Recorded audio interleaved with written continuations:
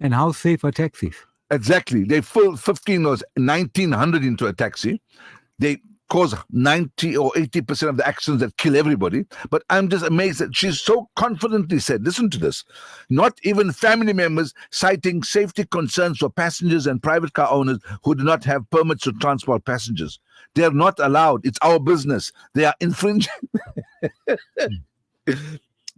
Spoo, I want you to listen here. I'm listening. They are infringing on our rights because we, as taxi operators, have permits to load passengers, but people cannot just pick up others because they are not taxis. If you see there are family members hiking there and there's a patrol car, just stop your car, go to the security patrol and explain to them that this is your family member. So if I want to, seriously, this is from Santiago, the largest taxi organization in this country, right? He says, if you want to take family members and you see a total patrol car, I must stop, go to the patrol car and say, listen, can I take my mother and my father and my son in my car? Dude, listen to me carefully now. This is not hate speech. They must stop me. I got a 45 Magnum on my right-hand side. I'm not inciting violence, right? Because that can be dangerous. But if your rights are being infringed, if the police is not acting in the way they should act, if civil society is not being protected by constitution, and you're going to let these fools run this country and have their own lawlessness. I mean, they don't even know how to drive their law upon themselves. I'll be honest with you, they're the most reckless vehicles that are on the road. They have total disregard for any rules and regulations. And they're saying that they want to protect us. And you saw how they fly through a red robot, like it's nothing. They have the right to go through that like it's nothing. They break every rule on the road. They actually go on, sometimes right onto the end of the road. You know, when there's heavy traffic, you see how they weave through and they make their way and they push their way and they don't give a damn. And you know what is said? You violate a small rule, just a small tiny rule, you'll see how you get fined if you basically pass a stop street without basically stopping. You'll get fined. But these guys just go through completely normal and traffic officers do absolutely nothing. And you know, until this discussion that came up this past week with the Taxi Association and the way she's thinking and way the Taxi Association is thinking that they have got exclusive rights to take passengers because they have permits to take passengers and nobody is going to challenge that. We as civil society in this country, we must wake up. Seriously. We seriously need to wake up. And if the police is not going to look after you, then your constitution allows you to look after yourself. They've been stopping cars and pulling people out of the cars because they're assuming they are taxi and they are Ubers. Ubers can't do it. They're stopping the Uber. They're stopping normal taxis. The only things that must run in this country is those minibus taxis. What would you do? I'd rather buy a bicycle. And where are you going to put your family? On your head? No, you said in India how they put the people on you bicycle. Can't operate like India. India is in India they put couple people on the bicycle and they move. Or get an auto rickshaw. 060-904-1056. 060-904-1056. Now there's so much to talk about in the world. There's the election. If you didn't know, the last week was a midterm budget. If you know anything about that and you want to discuss that, you're more than welcome to do that. You know about the 18 murders that occurred in Eastern Cape. Okay, that has been operated, directed from the prison. If you don't know that, we talk to you about this taxi things that's going on. Give us your opinion on what you think. 060-904-1056. 2047, you're going to come in with Mahomed Variawa and Dr. Jeewa. Expert technician Spoim Keys will play you a quick nasheed to get you into the mood, and thereafter you can come back. Through all the hurt, only one thing remains. Peace and love in the midst of it all. When it never ended part. هو الحبيب محمدا صلى عليه وسلم أعطى الهدى بكماله رفع الإسلام بجماله قال WhatsApp us now on 060 904 1056. الشكر علينا ما دعا أيها المبعوث فينا جئت بالأمر المطاع جئت شرفت المدينة مرحبا يا خير داع Bikes and calling was an offer. Carried the whole world upon his shoulders. With one dua he will save us all. Grant me Jannah, Raya, don't fall short. Who al-Habib Muhammadan Sallallahu alayhi wa sallam. أعطى الهدى بكماله رفع الإسلام بجماله. Assalamu alaikum. I'm Sponsor Kaiser, the technician. You are now listening to the biggest reality show, #Niteline, exclusively on Radio Al Ansar. 2050, you're coming, brother Mahomed Variawa, Anwar Jeewa. Anwar Jeewa, an expert technician, is Spoon Kizi. It's a Saturday night. You must be relaxing at home. Thank you for allowing us into your lodges and into your homes. We look forward every week to come in and maybe give you some information about what's happening in the world. But I want you to listen to this clip about matric certificates and university certificates. And the guy you listen to is Yusuf Abram. Yusuf Abram. Thank you, Dr. Yusuf Abram. Listen to this clip. Certificate. Can you help me out? Yes. What do you charge for a matric certificate, sir? Where are you located? Sorry? Where are you located? I'm located in Johannesburg. Johannesburg. It's for a family member of mine. How much are you going to charge me? Certificate is 1.5. You saw the post. 1,500 Rand. Yes. And what can you put for me on the certificate? The proper name, the proper ID, and the symbols? I'm gonna put everything for you. I'm gonna register you straight from Umalus. I'm looking here at Umalus, Pretoria. I'm gonna register. Sorry, where do you work? Umalus, Pretoria. What is Umaluzi? Umalus, Department of Education, Pretoria. Are you working for them? Yes, I'm here, Pretoria. Can you give me a good certificate with good results? Yeah, everything, sir. What symbols can you put for me on, and what subjects can you put on? You have to tell me what subject you want. Names, ID, subject, and you obtained, so that I can register you straight from the Umalusi. Then I'm gonna print out and give you some symbol. But there is deposit of 1,000 Rand for registration, so that your certificate can be legit, so that you can reflect on the system. But how can a certificate be legit when it's not going to be real? I won't have any comeback. I won't have any problem. This certificate is legit, sir.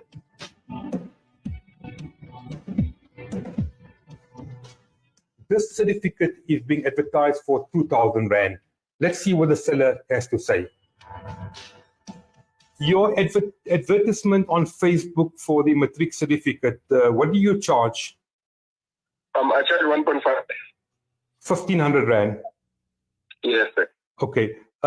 It's for somebody who has failed matric. Can you help them out with good symbols? I can help him out, but it depends on him whether he wants a bachelor or he wants the diploma degree. No, I want a bachelor's one. How much is a bachelor's one? The bachelor is 2,000. And what symbols are you going to put on for me? Sorry? What symbols are you going to put for me? A, B, C, what are you going to put symbols, the distinction? The distinction, I'm going to put A. It's up to you. You're going to tell me what you want on the certificate, then I will do the rest. Can you put me 2 A's, 1 B, and the other one C? Yes. All right. I can do that. And tell me, will it be under the proper name with the proper ID number? I won't have any problems? You won't have any problems. Even when you search it on the Department of Education website, you're going to find it. So how do you get that right? They won't come back to me? Hey? The department, they won't come back to me and give me any problems? No, sir. They won't give you any problems. Okay. And how long is it going to take, sir? It's going to take only 1 day. Tomorrow I'm going to be done with it. Then the following day, I'm going to send it to you using Pep Store. Okay. And how do I pay you? First, you must pay deposit, which is going to be 750. And then when you get the certificate, you're going to pay the rest of the amount. Where do I pay the deposit? You're going to pay it to Ms. Lekabe, my colleague that I'm working with. She's going to call you or text you on WhatsApp. Sorry, who's going to call me? My colleague, Ms. Lekabe. Who's your colleague? Ms. Lekabe, Ms. L. Lekabe. And where does she work? Sorry? Where does your colleague work? We work here in the department. In which department?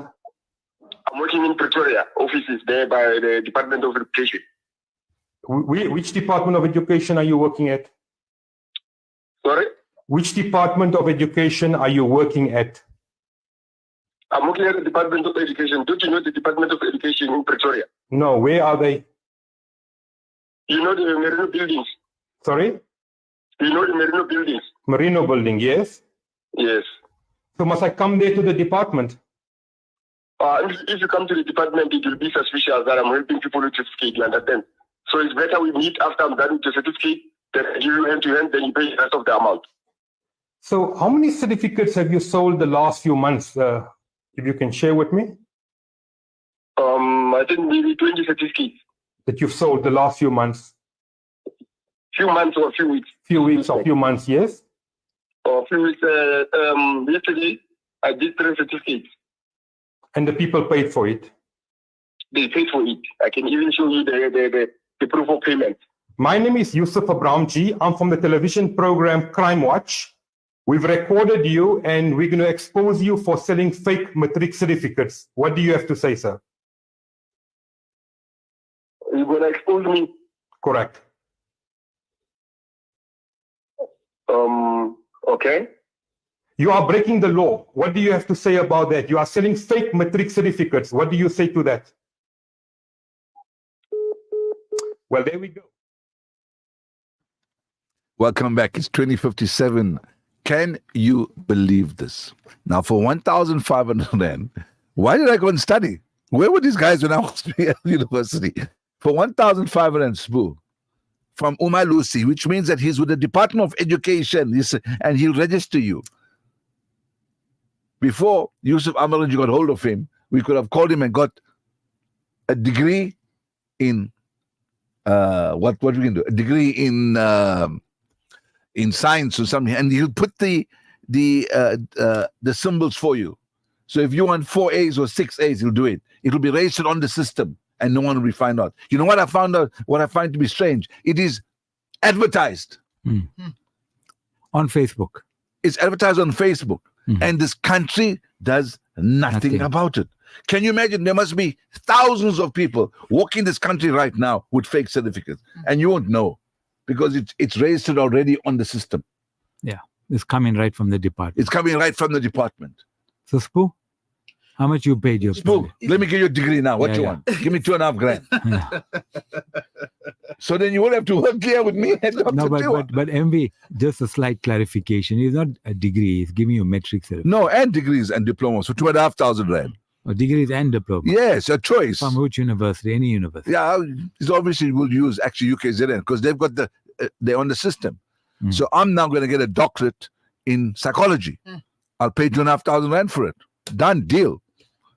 It's remind me the story of who's that guy? He was doing something. Yeah. On the police something. What did he do? No, it was a fake matric. Yeah, just going on a long time. He just caught them now. Just going for a year. Going on for a very long time. They advertise driver's licenses. What are you talking about? On Facebook. And this is what I don't understand. Do they really think no one's going to find him out? You see, today the way this country is designed, that crime pays. If you're a law-abiding citizen, you get punished. Absolutely correct. Absolutely correct. I mean, this is crazy. 060-904-1056. If you got a fake certificate, give us a call and tell me where you're working. Do you know how many ghost teachers there are in this country? Not unqualified teachers that are teaching. No, but in everything, grant also. Drivers as well. Grant. Driver's license. I think 40% of driver's license in this country is fake. By the way, the new DA Minister of Home Affairs is doing an excellent job. Mm-hmm. There's Tightening up the belt. 600,000 illegal with false IDs in this country. And who's the masters? Now I'm going to shock you. Who's the master? Who the architects are? Pakistanis and Indians. They had a raid this week, earlier on this week, at the Home Affairs office. They had stamps, they had IDs, people's names. They marry you to women that don't even know that you're married to. Married to. Yeah. I've heard about those incidents. That's crazy. You and I do something wrong, we get locked up. Even if we do something right, we get locked No up. pun on that. I'm sorry. No pun on what I just said. No, understood. But even if you do something right, you get locked up today. True. Let's go. Jamila. Assalamu alaikum wa rahmatullahi wa barakatuh. Was posted for contemplation. Destroying any nation does not require the use of. Okay, Jamila, you have to send it back for which I can understand. We are photocopying, faxing, interneting, and making diplomas, degrees, and certificates. Come and have a free haircut and free coffee while we print your diplomas, degrees, and certificates. Come as a gardener and leave as a professor. Thank you, Frank. Thank you, Frank. Wa alaikum salam wa rahmatullahi wa barakatuh. Listening. Thank you, Shaida. Thank you for listening. Let me go to Qasim. Salam's Bais. Why have the masjids forgotten about Palestine? No more talks, no more mentions in the du'as. Now, when we're doing the Palestine segment, which we're going to do just now, we're going to play you a clip that I want you to listen to very carefully. And I'm not mentioning names, but I'm telling you, it's directed at imams, at scholars, at people that run masjids, at people that talk to masjids. I'm going to try and do a translation for you as quick as I can because it's in Arabic, but listen to it carefully. It gives us a wake-up call. Time now is 1 minute past 1. We're into our second segment. We're talking about the Palestinian issue. Victory.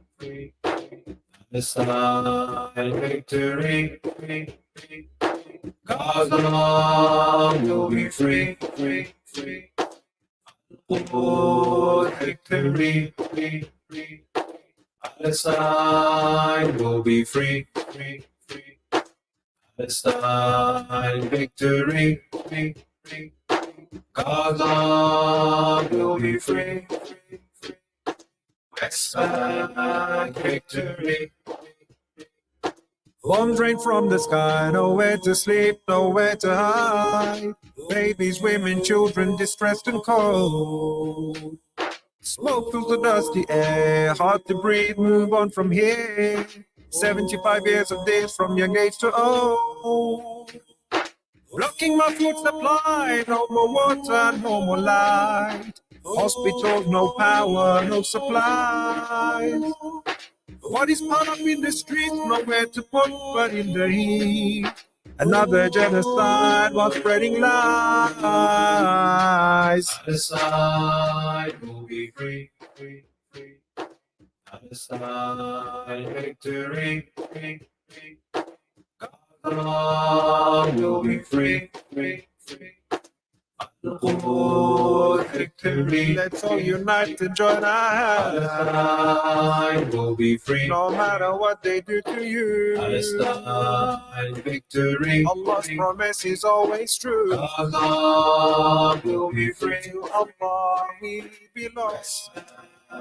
Victory. To Allah will return. What's left and right that does intrude and show their mind. Abusing, burning, taking land slowly. Seizing my property, arresting me with no mercy. Killing my people almost daily.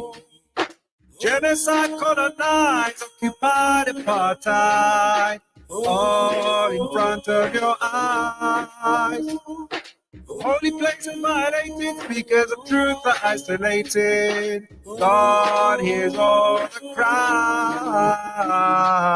Palestine will be free. Children will play again in peace. Palestine victory. Children will smile and be at ease. Gaza will be free. There will be peace across the land. Lord's victory. Let's all unite and join our hands. Palestine will be free. No matter what they do to you. Palestine victory. Allah's promise is always true. Welcome back. It's 4 minutes past the hour of 9 o'clock on a Saturday evening. You are 90.4 if you're in Durban and 105.6 if you're in Pietermaritzburg. We're also broadcasting live on our Facebook, which is www.alansar.org.za. I've got it in my brain. And we've got people on it. Thank you very much for joining us. We also, our WhatsApp number is 0609041056 if you need to communicate with us. We would love you to communicate with us. There's lots of things to talk about, lots of things happening in the world, and especially in Gaza, which hasn't stopped. One more thing. Yes. Since they can communicate with us via Facebook Live, they can put their comment. Okay, you can also communicate with us via Facebook Live. So if you want to get onto Facebook and have a look at us, then you're more than welcome to do that. We are going to play you, as I said, a clip. I have to read the translation of the clip because it's of a Palestinian that's indicating from deep down his heart what the problem is and why this war in Gaza hasn't stopped so far. And he's directing it at imams, he's directing that people that give lectures in mosques, so all the learned scholars, if you've been to masjids and you give lectures, this is directed at you. Now, this is not our words, this is words coming from a Palestinian, and we found it important that we play this clip for you. So we're just going to get that clip ready, because I must do the translation as well. So once that's ready, we'll be able to play with that clip as well. But in the meantime, I can go to... I wish to remain anonymous. I would like to know if the guys from the taxi industry who stopping cars are illegal by law. What happens if you don't stop? Will there be a fine? And what is the law doing about this illegal? Okay, they have absolutely no right to stop you. They're not part of the policemen. They're not part of law. They are taxi owners that's got their own patrol cars, and these patrol cars try and so-called protect the taxis by finding out who does what. They have no business to stop you. They don't have to stop you, and you don't have to stop. So if you have found yourself in that situation and you got some males in with you, then you can take action if you want to. But if you're a female, then you just drive away, because it's going to be very, very dangerous for you. So that's exactly what's happening. Okay, we couldn't download the video, so let me just see one more time. Sister has sent me a message now to make me read it. Tap the post to read it. Okay, I've done that. At the entrance gate of a university in South Africa, the following message was posted for contemplation. Destroying any nation does not require the use of atomic bombs or the use of long-range missiles. It only requires lowering the quality of education. Oh, beautiful, sister. Lowering the quality of education and allowing cheating in examinations by the students. Patients die at the hands of such doctors. Buildings collapse at the hands of such engineers. Money is lost at the hands of such economists and accountants. Humanity dies at the hands of such religious scholars. Justice is lost at the hands of such judges. And the collapse of education is a collapse of a nation. Absolutely correct. I agree with you 100%. I think this is a magnificent message. And we don't know for how long this has been going out. We don't know how many hundreds of thousands, or no, maybe it's too much. Well, maybe I can use that. Hundreds of thousands of people walking the streets in South Africa, walk around with fake certificates, has jobs that they are not qualified in. So that's the problem. And these things must be stopped and must be clamped down. That is a magnificent message from Sister Jamila. Fantastic. Thank you. Jazakallah khair. You want to talk to 0609041056? Are we ready, Doc? Let's go. Inshallah. So this is a message, a very powerful message to the Ummah. And what is the message all about? It's speaking about the ulama and speaking about the alims and ulama. Why are they not talking about Palestine and what's going on in Palestine in the khutbah? We do know that there are a few respected alims and ulama do continuously talk on the radio station and also on the platforms and things that is continuously on Palestine, but it is very, very little. So let's listen to that. I might have to translate because it's in Arabic. So there's a message to those who claim we are the religious leader, the shuyukh of this ummah. We have degrees and doctorates and hold high ranks. Everyone loves us. You appear in mosque. You appear in mosque to speak about what? About wudu and repentance. These are important topics in Islam. However, that does not exempt you from supporting your brothers in Gaza. Your brothers in Gaza are trapped between life and death. Some of us have been burned. Some of us have died. Many are hungry and thirsty. By Allah, our enemy has only dared to act against us because of your silence. Fear Allah Almighty. By Allah, if you were not hypocrites, you would support the people of Palestine. By Allah, if you were not hypocrites, you would act according to your knowledge. Knowledge is not just by name. I'm a scholar by name. Knowledge requires action. Deen requires action. It requires sacrifice. What did Prophet ﷺ say? Paradise is surrounded by hardships. Do you want paradise without paying its price? By Allah, Gaza has exposed people like you. Exposed how your silence killed us more than the hardships we can endure. Your silence has slaughtered us and burnt our hearts. You only want to be called scholars of the Ummah and shuk of the Ummah. By Allah, you are hypocrites. Why? Allah Almighty said, and say, do as you will, for Allah will see your deeds, and His Messenger and the believers. What did Rasulullah ﷺ say? What is truly in your heart by proven by actions.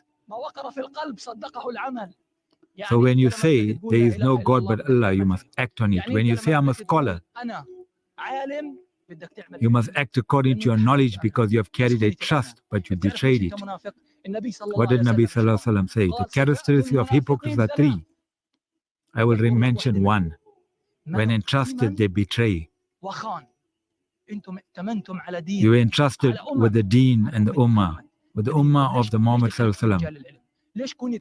Why did you become scholars of the ummah? Just to abandon us? Allah Ta'ala sees you and sees your betrayal. If a president or minister told you to speak, you would praise them quoting Quranic verses or speak with love and passion. But for your Palestinian brothers who need you, you abandon them.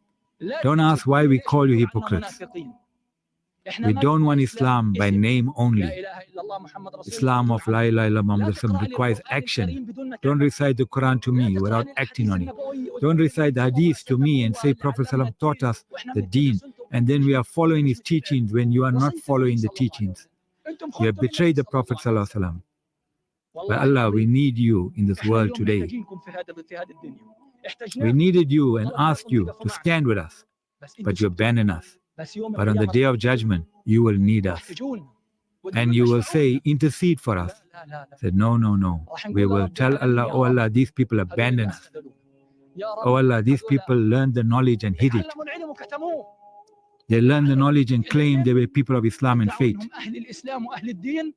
And they abandoned us. Oh Allah, increase the punishment upon punishment. And we call upon Prophet Sallallahu Alaihi Wasallam. O Messenger of Allah, these people betrayed your covenant and betrayed your deen, concealed the deen, and did not follow your command. And did they walk according to your guidance? O Messenger of Allah, don't intercede.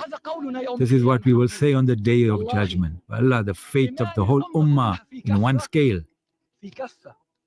and the fate of the people of Gaza in another. It is indeed Allah's promise to grant victory to the believers. We are people who will wait for victory from Allah subhanahu wa ta'ala. For when Allah promises, He does not break it. And indeed Allah's promise is true.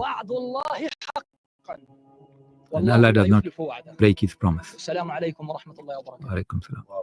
Wow. Wow. This is very, very, very powerful. I am feeling the pain right now because when we're going to ask for intercession on the day of judgment, the Palestinians are saying, we're going to tell Allah subhanahu wa ta'ala not to. They're going to tell the Prophet sallallahu alaihi wasallam not to. because we have failed them. And that's the truth. We have, as a nation, failed them. And he talks about a scale on which Gaza will be the one side and the whole nation is going to be on the other side. And Allah is going to ask them, what have they done for you? And they're going to say nothing. And they're going to plead with the Holy Prophet ﷺ not to intercede.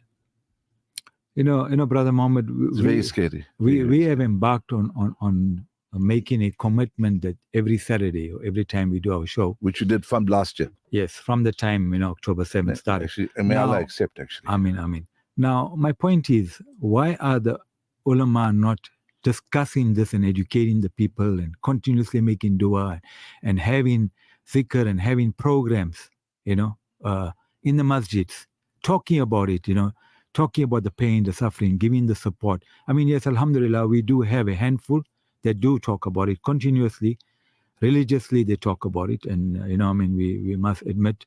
But I must majority also admit that Mufti Smith is very, very vocal.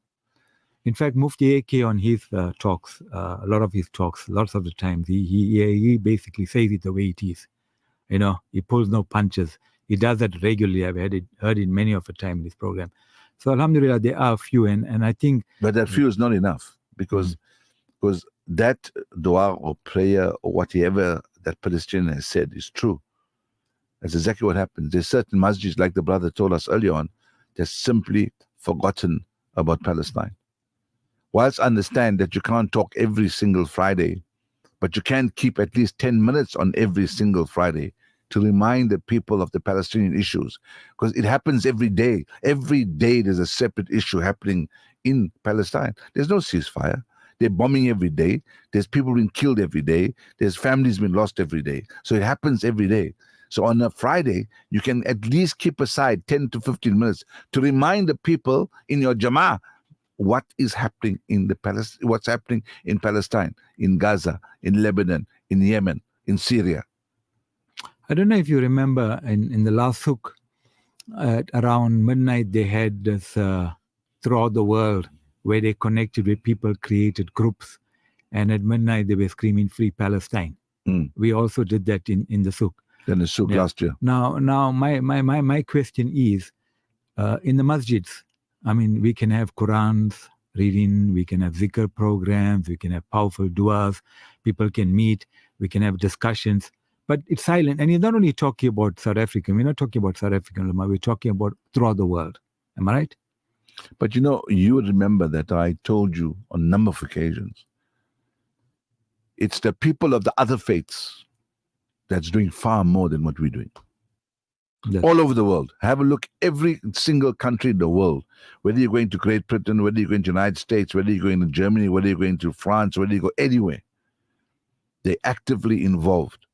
They sacrifice their lives, they sacrifice their principles, they sacrifice their luxuries so they can take part in these things, getting locked up and beaten and smashed and battened beaten. What was scary, and this was an interview that took place 7 months ago, and CNN, and you know how biased CNN is. And it says here that sounds like ethnic cleansing. So what they did was the reporter went into, not necessarily Gaza, but she went to the settlers around Gaza. And from the time when this incident took place, like maybe 3 months into this, you'll be shocked and you'll know the plan that they have, and they openly broadcasting. Now, if this was on CNN 7 months ago, and the plan was exposed, and still nobody's doing absolutely nothing about it. Listen to it. It's pretty shocking. I want you to listen to this interview. While the doc's playing that interview, if you want to listen, if you want to act, then mention. Talk about Palestinians to everybody.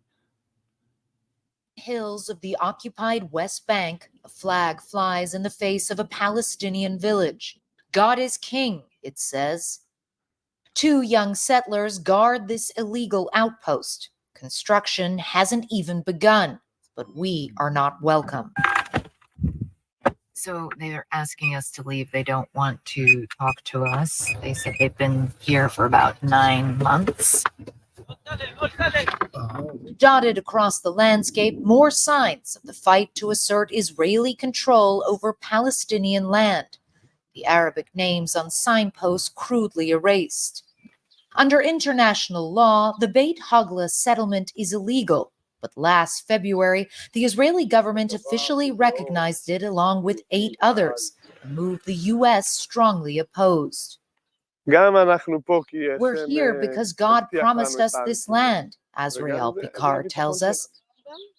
Now these settlers have set their sights on a new prize, one that seemed utterly impossible before October 7th. Returning to Gaza, they cheer. That is the goal of Zionist settler organization Nachalah, one of more than a dozen groups now advocating for the reestablishment of Israeli settlements in Gaza. A recent promotional video even boasts that Gaza will become the next Riviera. Daniela Weiss is the godmother of the movement. She's already started recruiting from the 700,000-strong settler community of Israel. We're just arriving now at a settlement in the occupied West Bank, and we're heading to a talk that Daniela Weiss is giving to a group of people who are potentially interested in resettling Gaza. We are for the land of Israel and Ben Gvir, she says. About 20 people gather in the living room of a family home. Weiss knows that for many in this community, there is deep nostalgia for Gush Katif, a block of 21 Israeli settlements that were forcibly evacuated by the IDF in 2005 when Israel left the Gaza Strip. This is the vision of Gaza, she says. You see all the nucleus groups. A map has already been drawn up, with 6 groups laying claim to different parts of the enclave. So they've just been handing out these little booklets that say, People of Israel, return home, and then underneath, a call to return to the settlements of Gaza. One of the organizers tells the group they have a representative flying to Florida to raise money. Nachalah gets support from a number of groups in the U.S., including AFSI, Americans for a Safe Israel, which co-sponsored a recent webinar on the return to Gush Katif, even as the Biden administration has cracked down on settlements in the West Bank. There is a very strong support from very prominent, from very, I would say, wealthy people, wealthy Jews. In the U.S.? In the U.S. Can you name any names? No, I cannot. No. Back at her home in Kedumim settlement, Weiss tells us she's already enrolled 500 families. I even have on my cell phone names of people who say, enlist me, enroll me. I want to join. I want to join the groups that are going to settle Gaza. I have to ask you though, because we're sitting here talking and we're listening to the call Yeah, I'm listening to prayer, I hope you are listening to which it. is a reminder, I think, of the people who live here, but also the people who live in Gaza. What happens to them in this vision of this new settlement with Jewish settlers even in Gaza City? What I think about Gaza, the Arabs of Gaza lost the right to be in Gaza on the 7th of October. Yes, I do hear the mosque. I do hear the prayer. Things were different until the 7th of October. No Arab, I'm speaking about more than 2 million Arabs. They will not stay there. We, Jews, will be in Gaza. That sounds like ethnic cleansing. Okay. The Arabs want to annihilate the state of Israel. So you can call them monsters. You can call them cleansing of Jews. We are not doing to them. They are doing to us. I couldn't make it clearer when I said that myself, as a person who is preoccupied with settling the land, until the 7th of October, I didn't have plans of returning to Gaza. It's clear. I'm not interested in cleansing. What is clear is that Weiss's views, traditionally seen as extreme in Israel, have become more popular since October 7th. In late January, jubilant crowds packed an auditorium in Jerusalem for the Victory of Israel conference, calling for the resettlement of Gaza. A poll that month from the Jewish People Policy Institute found that 26% of Israelis advocate the reconstruction of the Gush Katif settlements after the war is over. Among supporters of Prime Minister Benjamin Netanyahu's right-wing coalition government, that number jumps to 51%. Several ministers were present at the conference, including far-right Heritage Minister Amichai Eliyahu. In a rare interview with Western media, he tells us his political decisions are guided by the Torah. Is there anything about Gush Katif in here? Yes. Yes. And that settlements in Gaza are needed to prevent another October 7th. The language of the land says that wherever there is a Jewish settlement, there will be more security. Doesn't mean there will be absolute security, but there will be more security. Why would you advocate for something that many would say is illegal, is immoral, is not supported by the majority of Israelis, and is also very harmful to Israel in terms of its international standing? Why do you think it's immoral to take land from someone who wants to kill me? Why is it immoral to take my land, which my ancestors lived there, which I've even given up, to someone who slaughters, rapes, and murders me? What is more immoral than that? Netanyahu has called resettling Gaza, quote, an unrealistic goal, and most Israelis agree. But that hasn't stopped scores of IDF soldiers fighting there from posting videos calling for a return to Gush Katif. For many supporters of the settler movement, Assalamu alaikum wa rahmatullahi wa barakatuh. 25 minutes past 9. You're in the company of Brother Mahomed, Variawa, Jeewa, and our Spoon Keys. We, on the second segment of our program that we do every Saturday night, the first one was a rant about the taxis. We're now going to come and round up the Palestinian issue. However, I've got a sister that sends me Assalamu alaikum wa rahmatullahi wa barakatuh. Most of the Ummah is frightened to talk or post about Palestine, and that would be shocking if you are. And then I've got another message on my phone. Give our Mufti AK a medal. He speaks about the Palestine every single day. Subhanallah, Allahu Akbar, Alhamdulillah. And is not afraid to name and shame the perpetrators without failure. That is true. And I think we're stressing on the point that, again, the khutbah, and I think we've early on emphasized the message, why our alims and ulama are not using the khutbah to educate people and conscientize people about Palestine. Why are they silent? Why are they quiet? As you mentioned, 10 minutes. Every Friday after on your Jummah Salah, you can spend 10 minutes just to mention Palestine, what's happening in the week, how many was, and your idea is actually brilliant. Have maybe a short zikr, because it's Jummah, people need to go back to work. We understand all that. A short zikr or a short free Palestine, call people to the masjid on Thursday night. That is what that brother is saying. That brother believes that we have isolated him, we abandoned the Palestinians, we left them to die and to suffer, and nobody cares a damn. And on the day of Qiyamah, Allah subhanahu wa ta'ala is going to put them in the golden plate and going to ask them, these people that you see here, should we intercede? They're going to say no. And that is doomsday for us.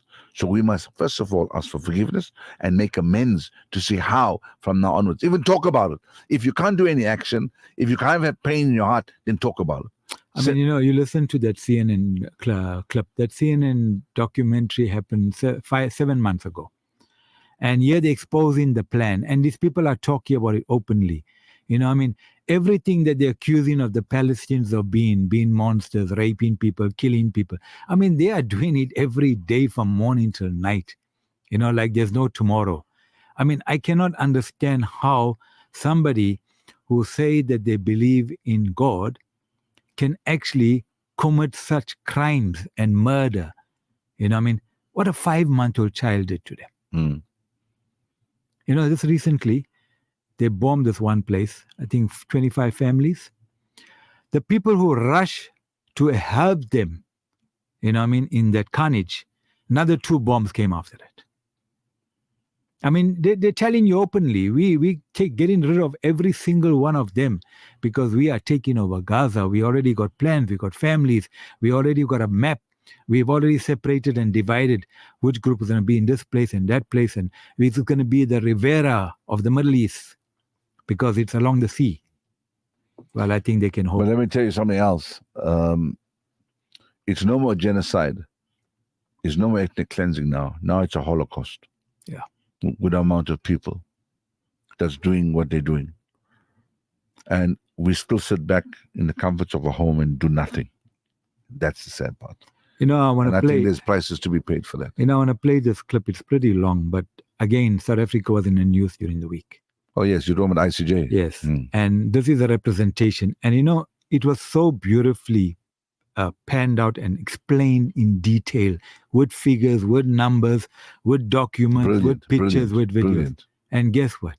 Nobody took note of it. I mean, how simple can it be for somebody to explain everything to you that's happening right in front of your eyes? It's not like there's videos and there's proof, there's evidence and all those things. But still, I mean, it said, here is South Africa back again at the ICJ. We thank the Swiss Federation for convening this open debate on the situation in the Middle East, including the Palestinian question. And we thank the Special Coordinator for the Middle East process for the briefing this morning.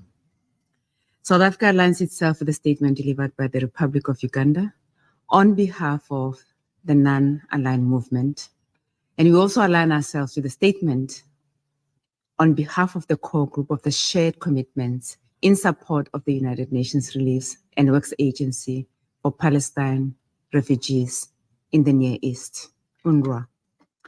Madam President, yesterday, South Africa filed its memorial to the International Court of Justice in its application of the Convention on the Prevention and Punishment of the Crime of Genocide in the Gaza Strip, the South African versus Israel case. The memorial contains evidence which shows how the government of Israel has violated the Genocide Convention and continues to ignore and defy several orders on provisional measures of the ICJ. The evidence will show that undergirding Israel genocidal acts is the special intent to commit genocide, a failure by Israel to prevent incitement to genocide and genocide itself, as well as its failure to punish those inciting and committing acts of genocide. The evidence is detailed in over 750 pages of text, supported by exhibits and annexes of over 4,000 pages. While the memorial is comprehensive, nothing can fully capture the actual devastation of Palestinians living in Gaza as a result of actions of the State of Israel. South Africa's memorial is once again a reminder to the global community to remember the people of Palestine, to stand in solidarity with them, and to stop the catastrophe which has been possible only because Israel has failed to comply with its international obligations despite the orders of the ICJ and actions and interventions of numerous UN bodies.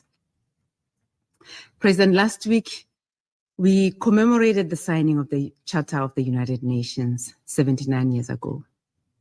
The UN was created to save succeeding generations from the scourge of war. To live up to this aspiration, all nations must insist on compliance with the UN Charter and international law. The action taken by South Africa and joined by other states is primarily to stop a genocide in Palestine peacefully by holding Israel accountable in the institutions set up by the UN for this very purpose. Israel has effectively been granted unprecedented impunity to breach international law and norms, which has imperiled the institutions of global governance that were established to hold all states accountable. The recent developments in Palestine and the wider Middle East region are alarming. Despite our collective warning and appeal for cessation of hostilities in Gaza and the region, the situation is deteriorating by the day. This is despite the UN Security Council on 10 June 2024 adopting Resolution 2735, which welcomed the ceasefire proposal that emerged following diplomatic efforts by Egypt, Qatar, and the United States. The resolution proposed a comprehensive three-phase ceasefire deal to end the war in Gaza, and it urged both Israel and Hamas to implement it fully and without delay and conditions. Unfortunately, since then, the Israeli occupying state has continued to violate this resolution and persisted in violations of international law, including by intensifying its genocide and also perpetrating extrajudicial killings. 4 months after the adoption of Resolution 2735, we are witnessing the blatant disregard for international human rights law and international humanitarian law. We are appalled by the continuing violence against Palestinians, as well as the shocking targeted attacks on schools and medical facilities sheltering Palestinians. Let us recall that in 2016, this Council adopted Resolution 2286, which was co-sponsored by more than 80 member states. This resolution condemned attacks and threats against the wounded and sick, medical personnel and humanitarian personnel exclusively engaged in medical duties, their means of transport and equipment, as well as hospitals and other medical facilities. And it appears that for some, this resolution does not apply to the people of Palestine and Lebanon. This resolution also demanded that all parties to armed conflict comply fully with their obligations under international law, including international human rights law as applicable, and international humanitarian law, in particular, their obligations under the Geneva Convention. And it is clear that for some, that provision applies to all except the state of Israel. We want to repeat it again. The resolutions adopted by this Council and international law as a whole cannot be selectively applied. Giving rights to some and protecting a select few is something we as South Africans are well aware of. Madam President, the measures being taken by Israel against UNRWA, including the adoption of legislation by the Israeli parliament to prevent UNRWA from continuing its life-saving operations and essential work in the occupied Palestinian territory, including East Jerusalem, must be deplored. Israel's banning of UNRWA is an additional violation of international law and contravenes the provisional measures mandated by the ICJ, which require immediate and effective steps to ensure the provision of essential services and humanitarian aid to alleviate the severe living conditions of Palestinians in the Gaza Strip. As the occupying power, Israel is further obligated under the 4th Geneva Convention, specifically Article 59, to facilitate humanitarian assistance to the population across the entire occupied Palestinian territory. South Africa reaffirms its full support to UNRWA's indispensable role in providing life-saving humanitarian assistance and human development services. The agency is the backbone of humanitarian operations in Gaza, and it has championed human development for Palestinian refugees in the occupied Palestinian territory, Jordan, Lebanon, and the Syrian Arab Republic. It is therefore important for the countries to reaffirm their political and financial support for the vital work of the agency. To curtail its operation is to condemn the Palestinians to even more death and suffering.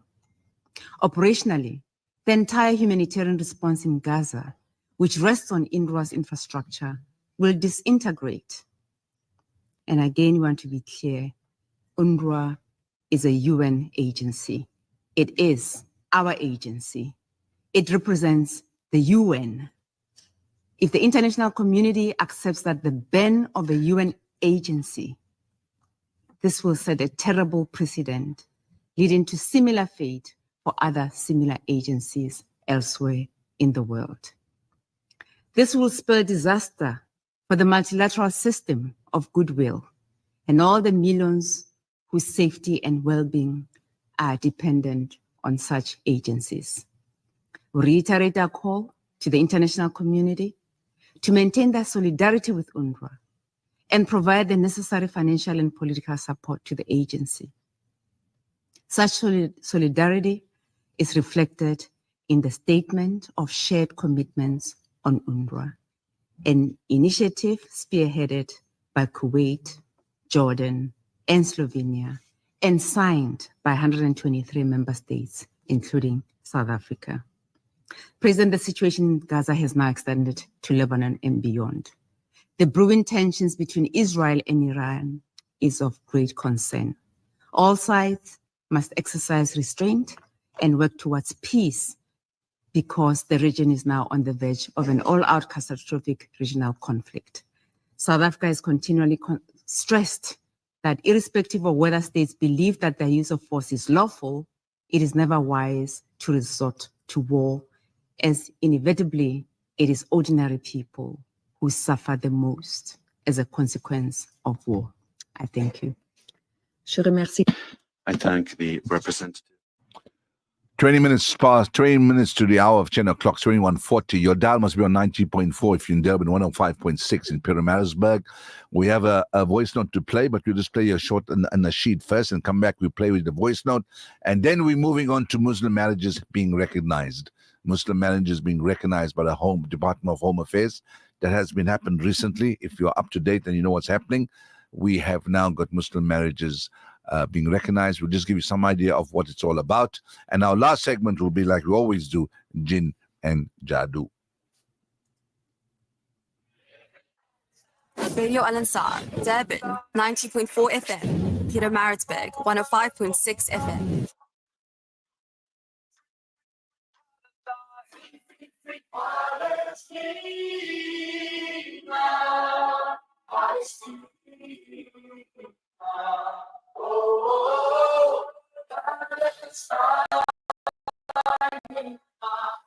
Follow us on Instagram at Radio Al-Ansar.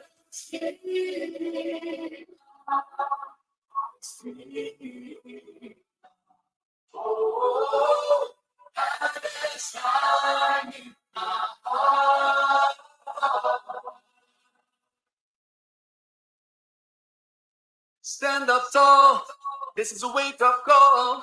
Never again means never again for all. To all my people in Gaza, even though we're living far from each other, your pain is my own pain. All for one and one for all. Free Palestine. Free Palestine. No more murder, no more lies. Free Palestine. Palestina,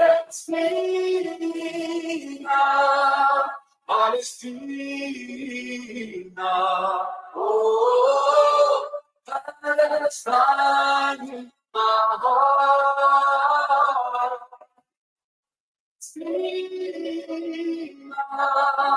Palestina, oh, Palestine in my heart. Freedom is our destiny. You gotta make a choice, better be on the right side of history. No one can be free until we all are free. Enough is enough. We gotta stop this genocide. Free Palestine. Free Palestine. No more murder, no more lies. Free Palestine. Palestina.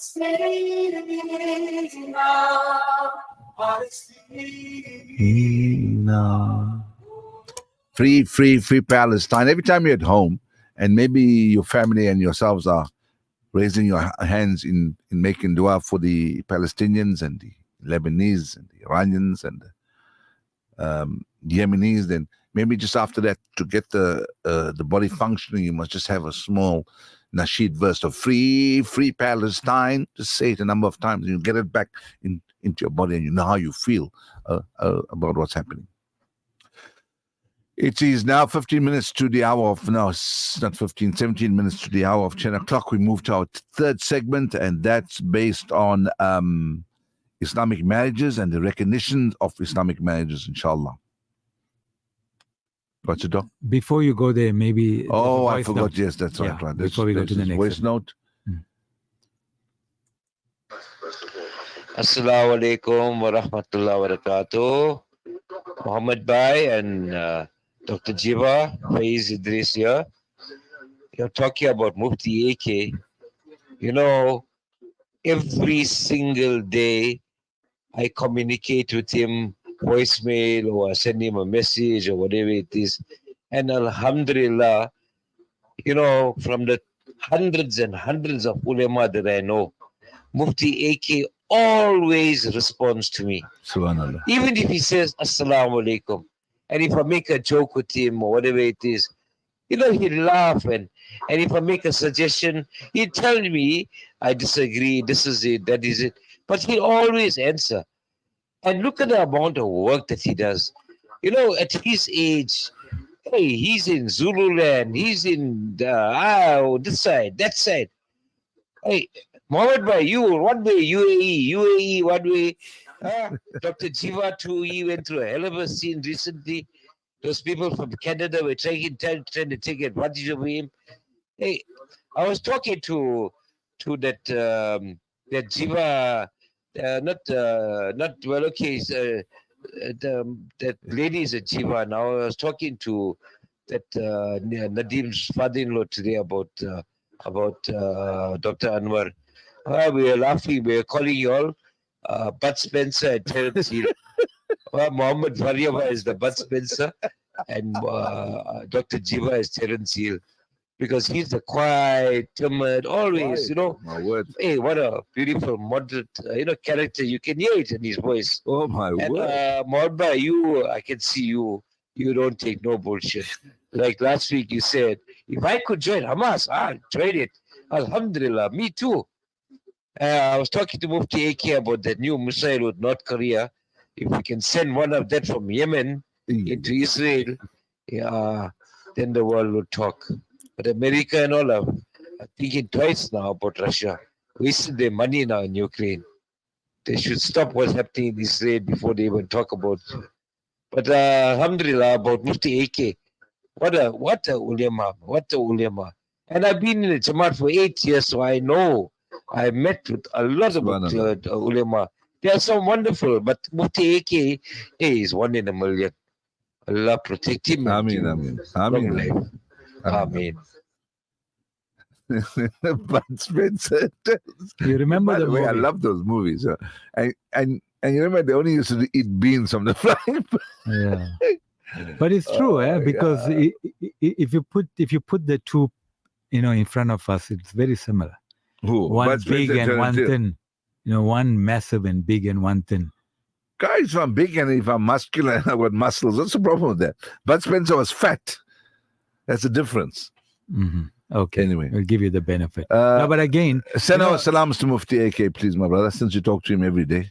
Brother Mohammed, last week you ranted and spoke about, alims and speaking about, whatever differences they have or whatever concerns there is. We said that we are not alims and ulama, so we are the laymen. Yeah. So, but what we're saying is that don't attack publicly and on social media. Now, sometimes people took it in a very wrong context because again, like the Palestine issue, and we agree, Mufti AK talks about it every single day.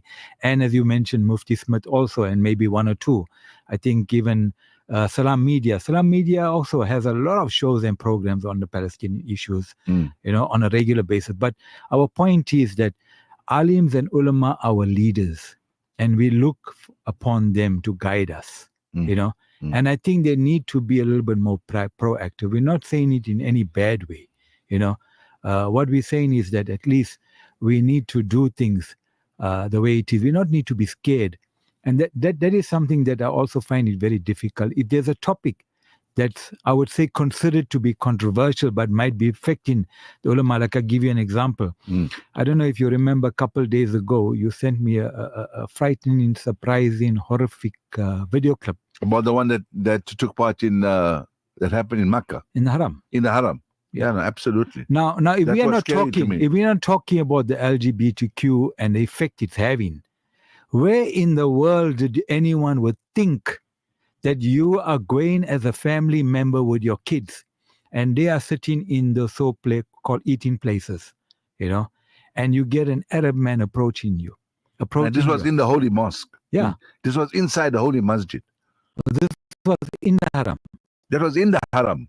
What I don't understand is, how do you have the gallbladder to do something like that? Yeah, here's a video clip, and we don't want to play it, but there's a video clip of an Indonesian teenager. Sounds Malaysian. Yeah, actually. Indonesian. Who came with his mother. For Umrah. Okay, and he was approached by an Arab man.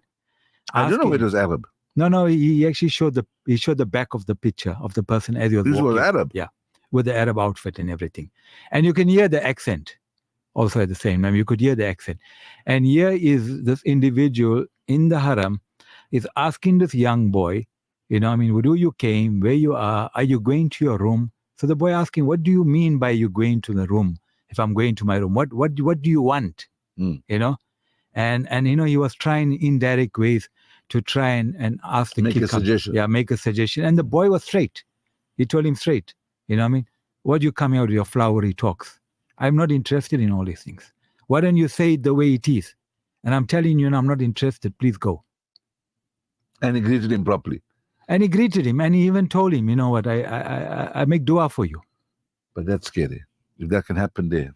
So that is why it's important for us, especially, and ulama needs to talk about these issues so that, like, look at this kid. This kid knew how to handle himself. Absolutely. And he did it with so much of respect and akhlaq. Was unbelievable. And calmly, he switched that guy in such a way. That is shocking. This is the world we live in. Scary. Frank Hayes says that fully agreed. I listen to Mufti AK Hussain most Sundays. I think that's the question and answer program of Mufti, which I also listen to, by the way. It's 9 minutes to the hour of 10 o'clock. Let's go on to the third segment before we go to Jinn and Jadoo. It's with regards to the acceptance of Muslim marriages. On the 7th of July 2023, the Minister of Home Affairs published a draft marriages bill, which is open for public comment. If the bill is enacted, it's in its current form, it will mean the end of nikah as we commonly know it. To be clear, the concept of nikah will remain. However, the generally accepted procedure is what is in jeopardy of being rendered obsolete. For the Muslim community, nikah usually takes on the following procedure. The prospective bride appoints a male representative, more often a father, brother, uncle, or so forth. Nikah takes place in the masjid. The imam conducts the nikah ceremony, if one would like to call it such. He recites the sunnah khutbah. Thereafter, in presence of the congregation and upon the instruction of the bride's representatives, makes the marriage offer to the husband. The husband verbally accepts the offer. That's exactly what happens inside the masjid. This has been the process largely followed from the time immemorial. The definition of marriage in the bill includes nikah. This is particularly apparent from the historical context of the bill. The aim of the bill is to rationalize all forms of marriages, including those forms of marriage which previously did not have statutory recognition. This is clear from the preamble, which sets the backdrop for the purposeful interpretation of the provisions of the bill. Only a marriage officer may now conduct a nikah. If the imam or sheikh or the Maulana is not a registered marriage officer, he may not conduct the nikah. If he does so, he will be guilty of an offense and is liable to be jailed to up to 5 years. If the imam, sheikh, Maulana is indeed a registered marriage officer, then the next hurdle will be that the nikah must take place in the presence of the prospective bride, bridegroom, and the two witnesses. Now, that's the contentious issue right now with regards to the recognition. all will have to be present in the same sitting. In other words, the presence of the bride's male representative will not suffice. She has to be there in the masjid in person. You see? This obviously poses a challenge. One suggestion that has been contemplated is that the marriage offer in some other private setting ensures that the requirements of the bill are met. This could be either before or after the nikah ceremony held in the masjid. For example, the marriage officer goes to the house of the prospective bride. The prospective bridegroom is also seated before him, as well as the two witnesses. He then solemnizes the marriage in compliance with the bill. So the bill requires the bride and the bridegroom to be together when you want to solemnize the marriage. If this private solemnization is undertaken before the nikah to be held in the masjid, then very often, depending on the other requirements of a valid nikah being complied with, a valid nikah then comes into operation by way of this solemnization in the private setting. This will render the nikah in the masjid thereafter as a bare sham. It will merely be a mock ceremony for public consumption, not the actual coming into being of a nikah. And if the nikah in the masjid is followed by the private solemnization, then technically the nikah held in the masjid with the absence of the prospective bride falls foul of the law. You understand that now? For which Imam Sheikh Maulana can be held criminally liable. This is so since the ceremony in the masjid will be regarded as, from a legal perspective, being an attempted solemnization which does not comply with the provisions of the bill. Currently, Muslim marriage officers are in relation to the need too few in number. This will make it difficult for all communities to have reasonable access to such officers.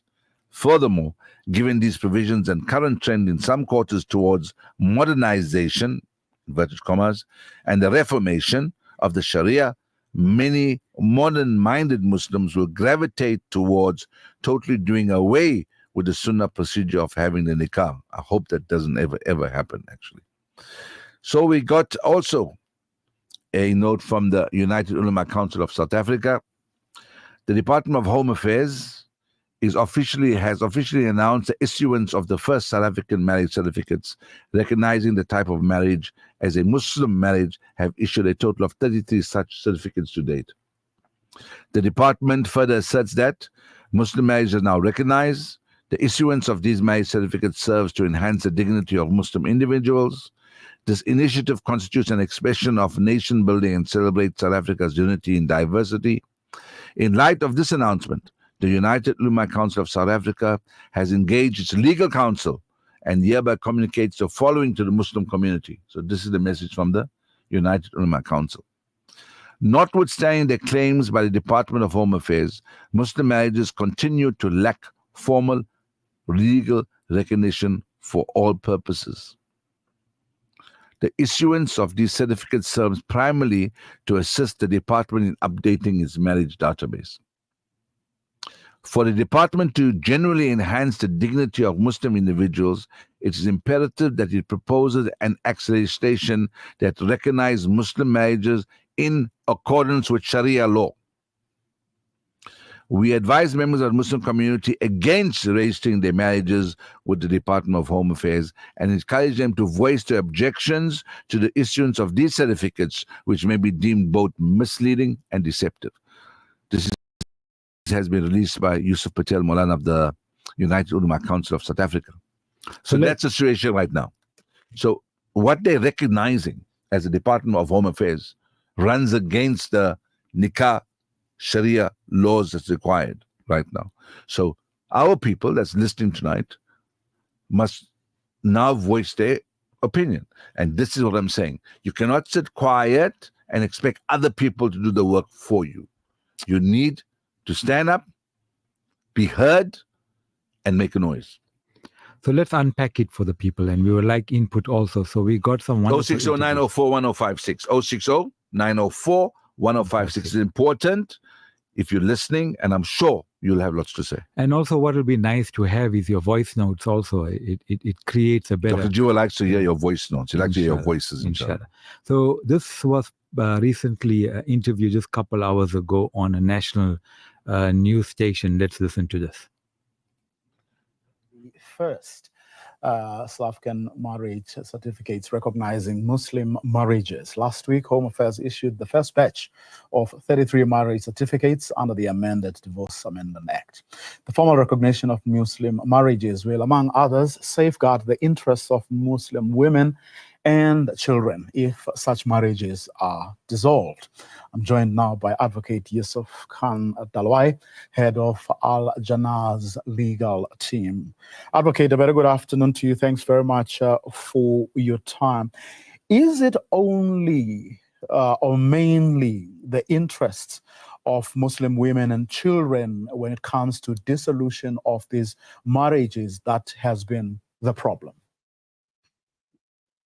Thank you for the question. No, it's not only for the woman. We have, like any other marriage, the dissolution of marriage pertains to various aspects, whether it's spousal maintenance, the consequences of the actual dissolution of the marriage, the maintenance for minor children, access to minor children, and also, at the end of the day, there are separation of assets between the parties. So it's not only regarding women, but more commonly it is. Yes, it is. And then is the issue in the main with dissolution? In other words, there are no other advantages or disadvantages of the system that has been in existence up until this decision? Well, the difficulty our Muslim community had in the instance of a divorce or talaq that we mentioned in the Arabic term, an imam would then issue a talaq on the application of either the wife or the husband. They would then try and determine how they would separate the assets in an informal setting. However, it did raise some legal issues, and it does from time to time end up in court. And that is the problem that many women are faced with in South Africa when it comes to the dissolution of a Muslim marriage. Why have we waited, so long to get to this point? No, we haven't waited so long. It was just a long struggle to get to this point. Many legal minds in the Muslim community has attempted, many politicians has attempted it to try and get the recognition of Muslim marriages enacted.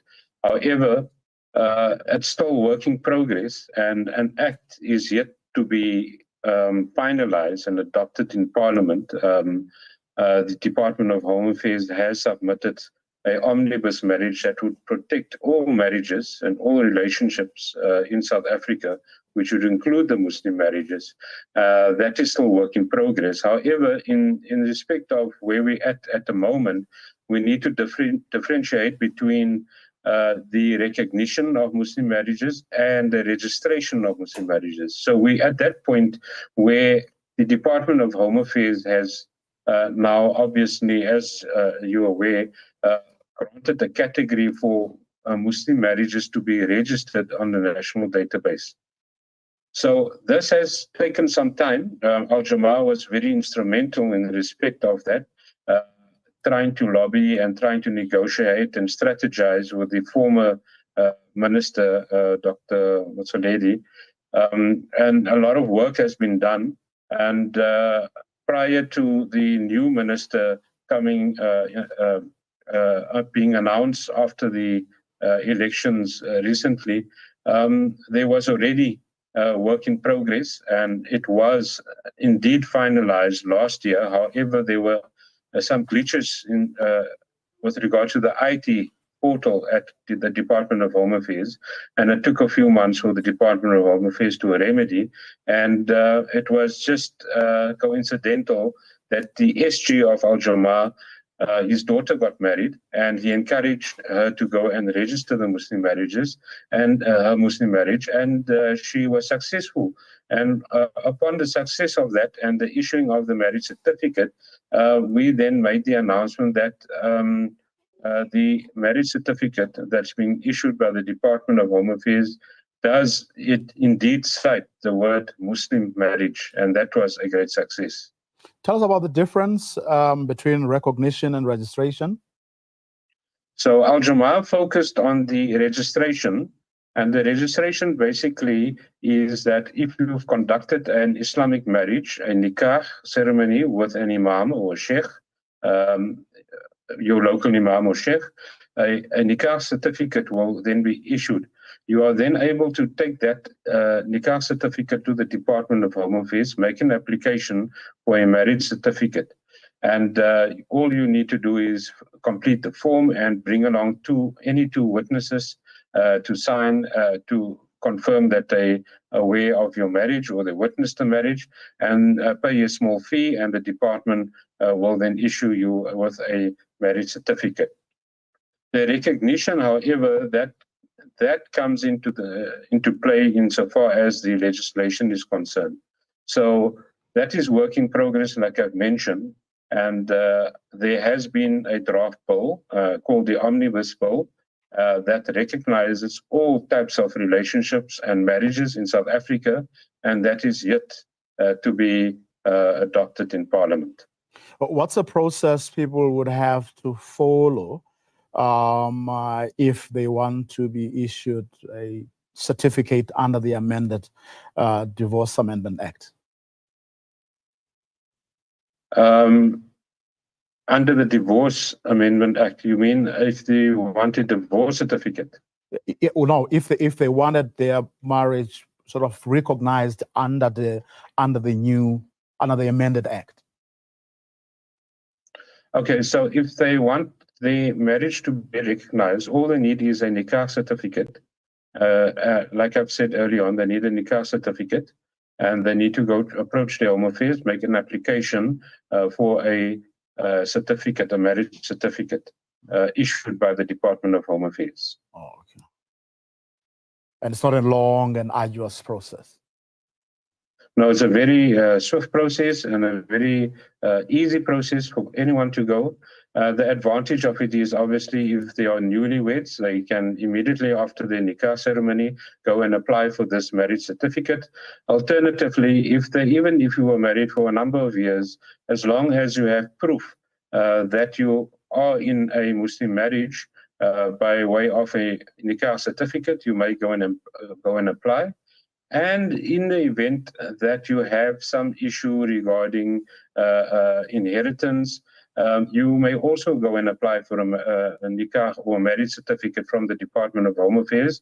Even if your spouse is deceased, all you have to do is obviously confirm by way of a death certificate and also a marriage certificate that you were indeed married to the deceased, and marriage certificate citing the word Muslim marriage will be then issued. That would make things much easier for our Muslim community because you will not have, if you die, for example, and that is how it was previously, if you die and you are issued with a death certificate, the death certificate will usually say never married. At least now it will say married in terms of the Muslim rights. Advocate Deloitte, let me thank you very much for your time. Still very confusing, Brother Mahomed. Yeah, no, but we've got more to come. You got more to unpack it, right? Let's go to let's go to our messages, and I'm very, very happy that people are actually reacting to it. You must be aware of it. You must react to it because some of the items listed in the bill is not 100% acceptable to us according to Sharia. Let's go to the brother. Salam, the ulama must make this vocal, and we, the Muslim communities, must reject this bill. Constitutionally, our rights are being violated. 100% good. Let's go to our brother Idris, the one that sent the voice note. Salam, is Mahomed Bhai.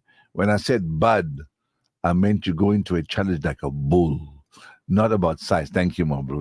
I actually feel much better now.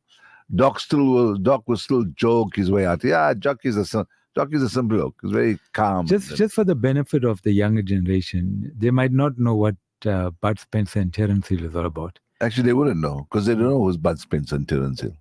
I think if they Google it and maybe Google our pictures, then they can see the similarity. How you manage package to Palestine head first like a bull? But yeah, when I went to Palestine, I was head first. I took on all those Egyptian security guys. They were scared of me, actually. All right, let's do the second clip to give us a little bit more explanation about the marriage bill and its acceptance. Another thing, the individual said that if you just recently married or if you married for a few years, then you can go and register yourself. Now, what happens to a guy like you married over 30, 40 years? They might die of shock. Why? Because you married so long. I'm married 39 years. How your wife managed to be with you for so long. She'll still be with me. She's good. She's happy. She's like a queen. What problem she's got? No problem. But Spencer. Feel sorry for me, actually. Okay. I'm sure you're going to be sleeping outside tonight.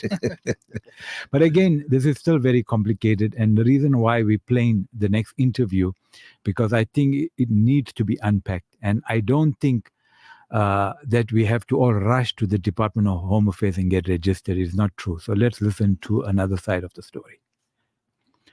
This is an interview by a local TV station. Islam. Hours of 6 p.m. and 8 p.m.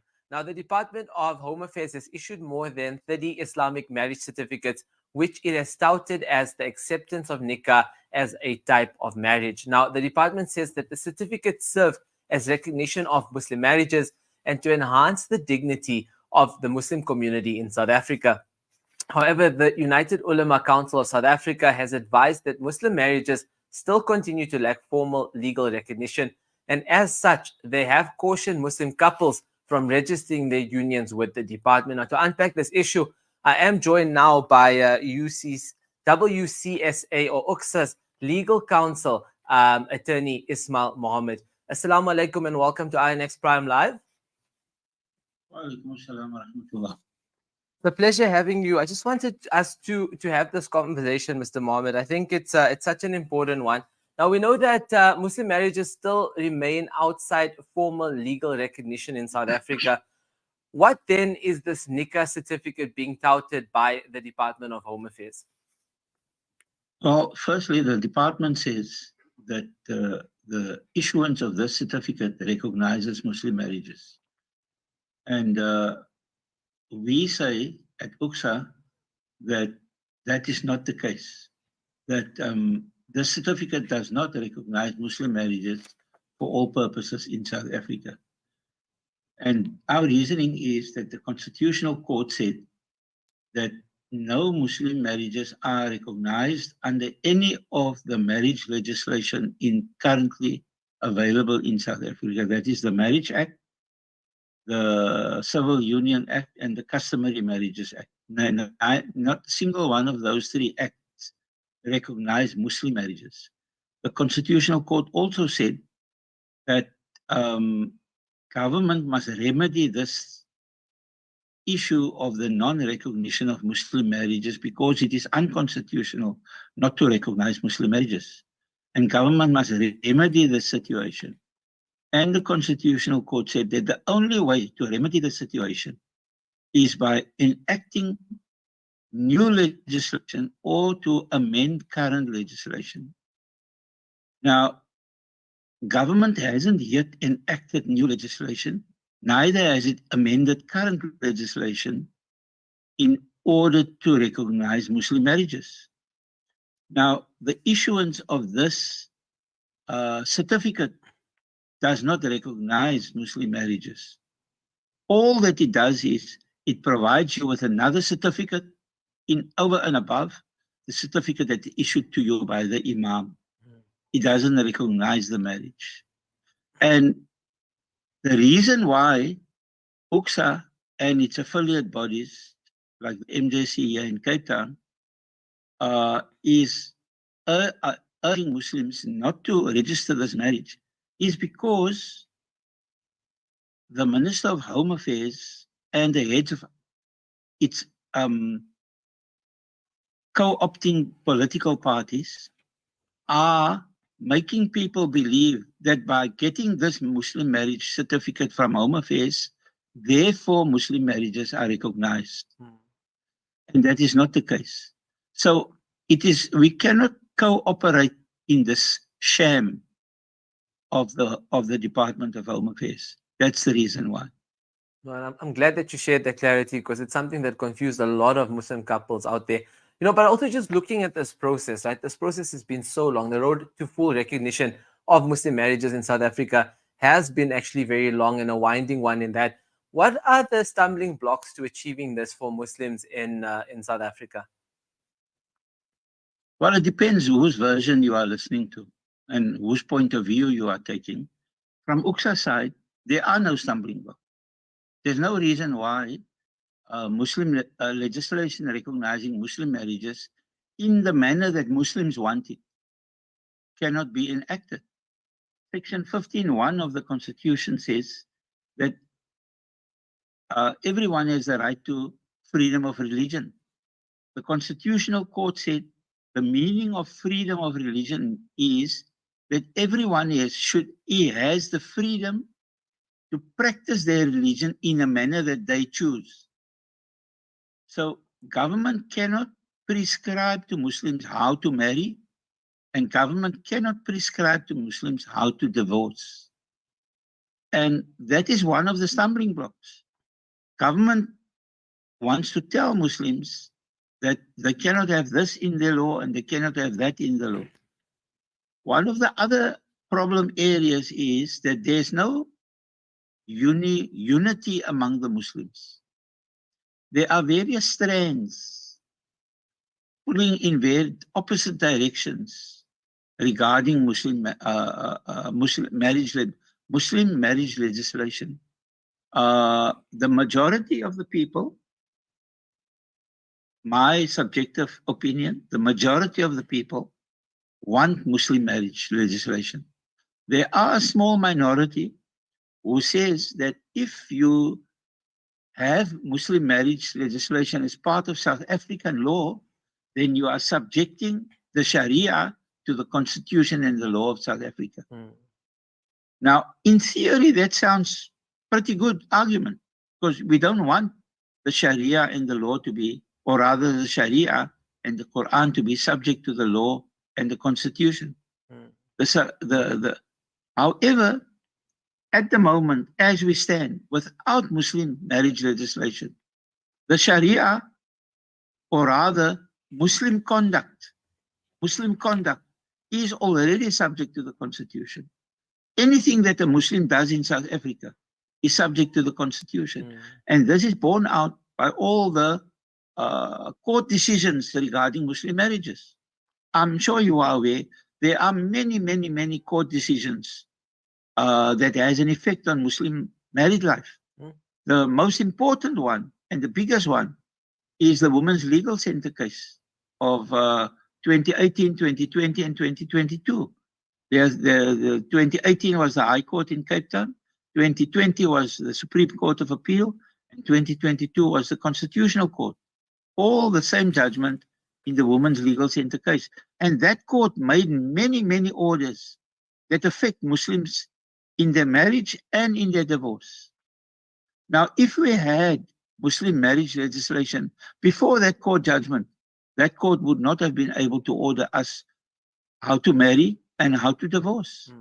But because we are not speaking with one voice and giving government one thing to work with, that is one of the difficulties. Yeah, very true. And I mean, also just looking at, obviously the statement that you guys have as UXA as well, you were saying that you're advising, obviously a lot of the Muslims to actually, not necessarily register their nikah when they do sign up for their DHA certificate. You also mentioned that, you most likely think that the Minister of Home Affairs and his ministry are trying to build up this database of Muslim marriages in particular. But why do you think they are on this process? Like, what's the purpose of this exercise? We don't know that. We don't know the answer to that.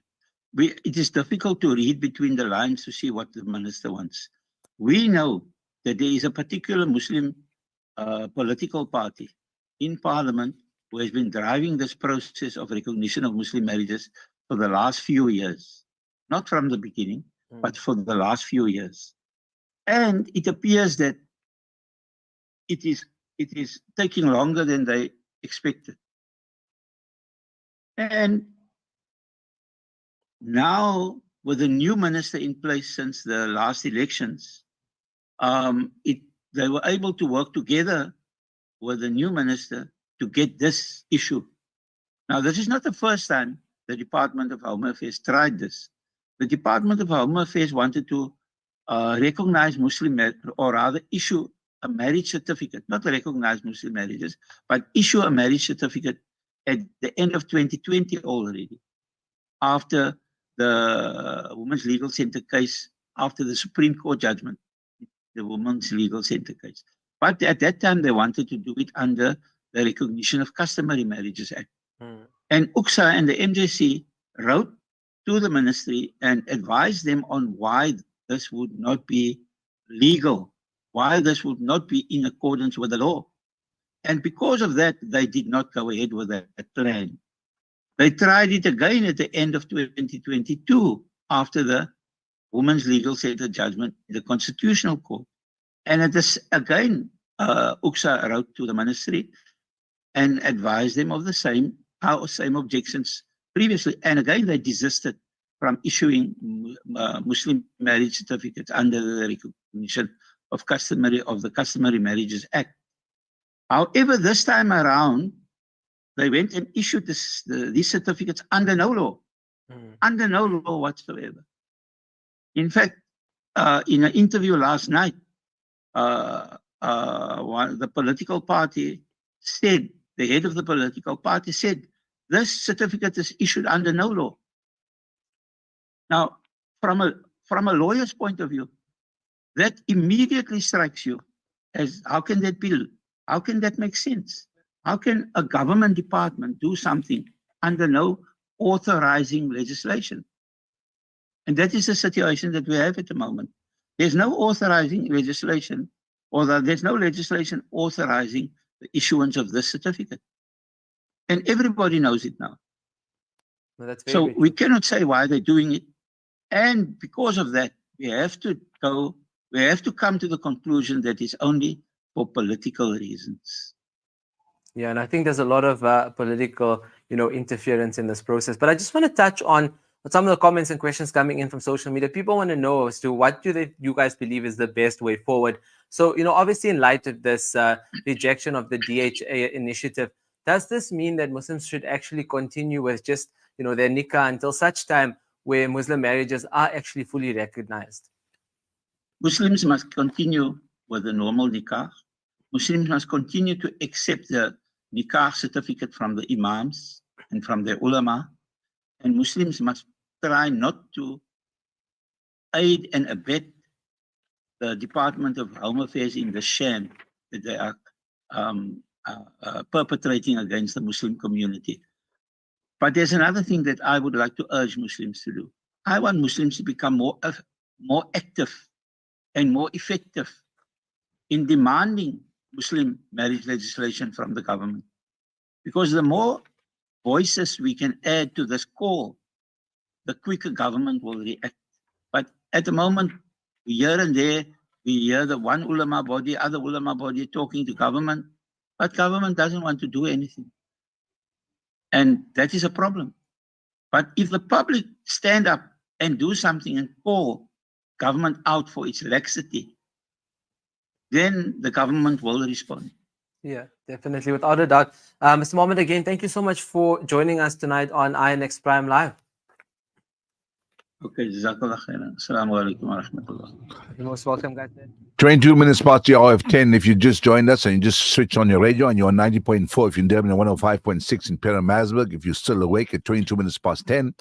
If you joined us on the beginning, we had a rant about the taxis and their lawlessness and what they think they can do to us, civil society. We then obviously spend the time that we do every single Saturday night on about half an hour to 35 minutes on the Palestinian issue. Our third segment, we're discussing Muslim marriages and the recognition of the Muslim marriage bill and how, as Muslims, we should not be rushing to have this bill recognized or done through the Department of Home Affairs. And our final segment will be like we do every Saturday night on Jinn and Jadoo. Let's go to the lines quickly. We've got some of the people that's got things to say. Let's go to what about couples who are married as civil marriages? Will they cancel civil marriage and accept nikah certificates?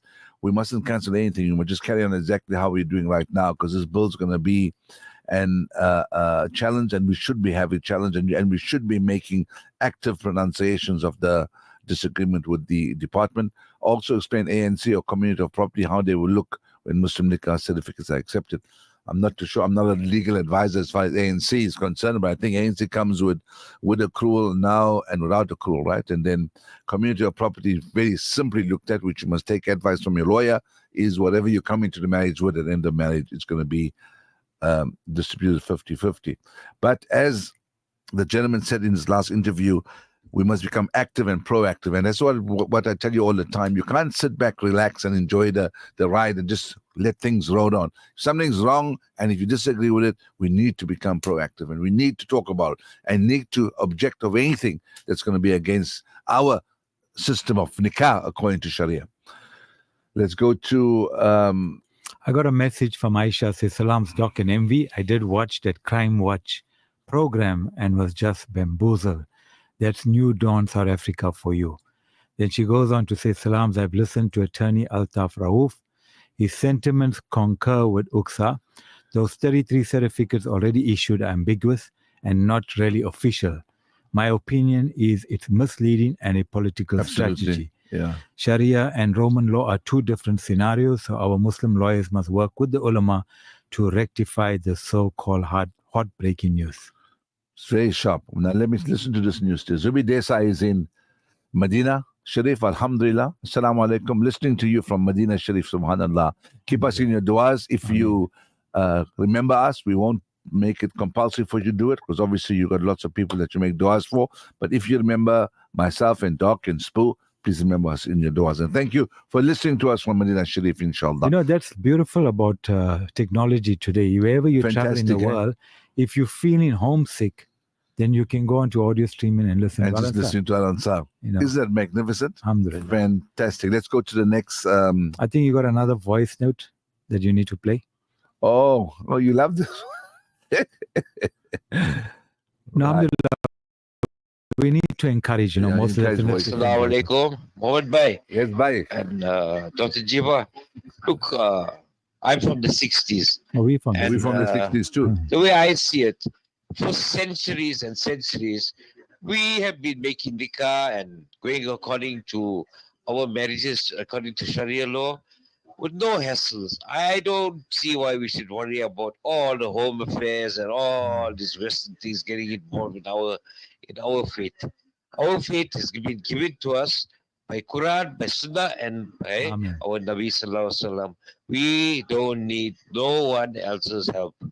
The Quran is what we follow, and the Quran is enough for us and our marriage to be recognized and lawful.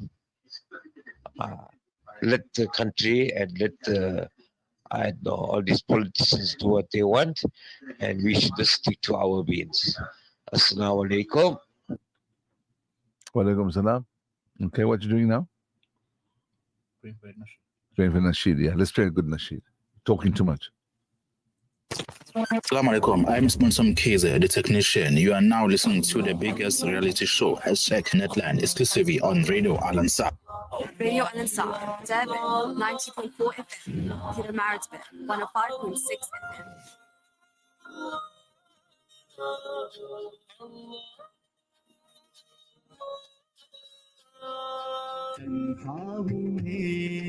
और इंतहा लाखों तने हैं सामने बैठा हूँ मैं मायूस कुन आए ना कोई मुझे थामने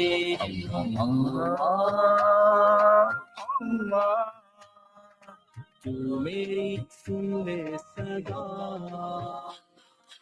حسبنا الله ونعم الوكيل حسبنا الله ونعم الوكيل حسبنا الله ونعم الوكيل نعم المولى ونعم النصير حسبنا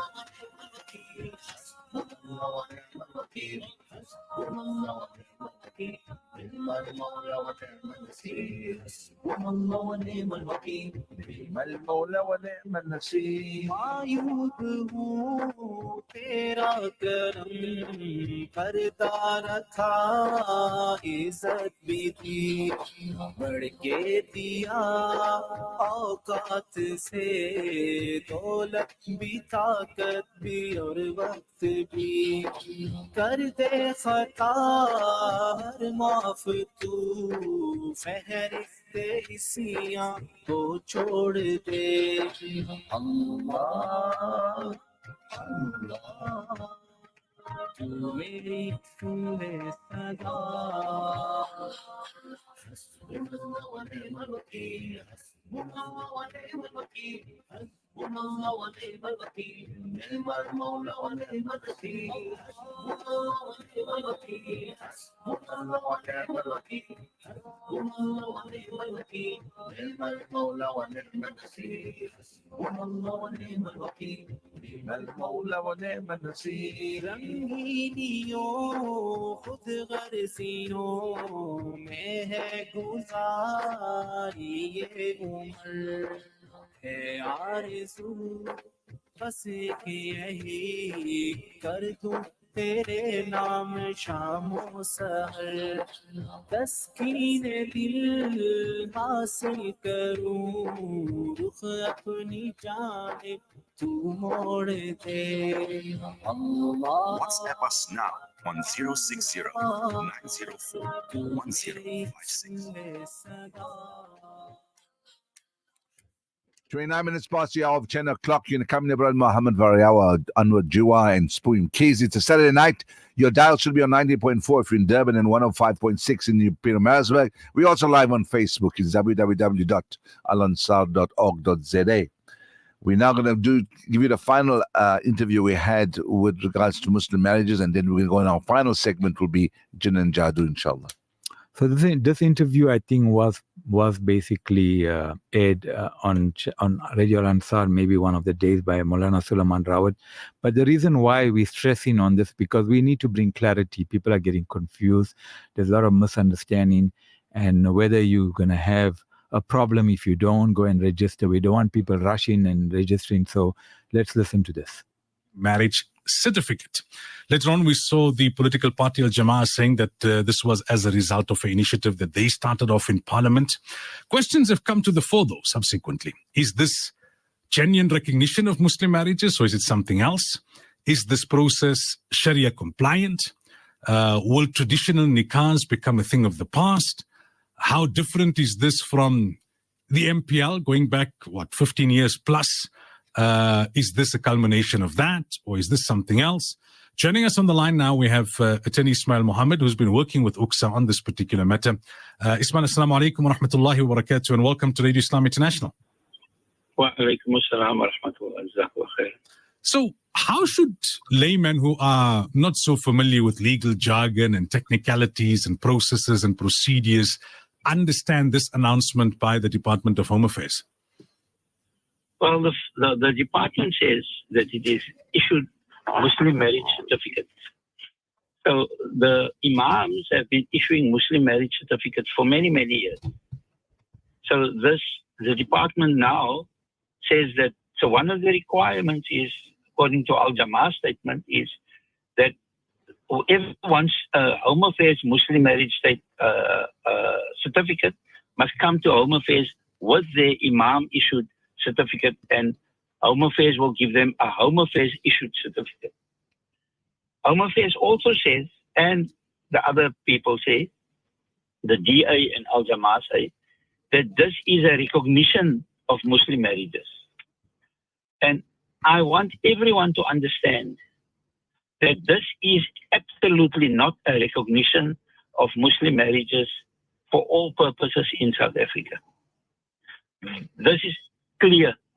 And from those who have read the notices will notice that nowhere in any one of the statements does the minister or the DA or Al Jama'ah say under which law these issues or under which law Muslim marriages are now recognized.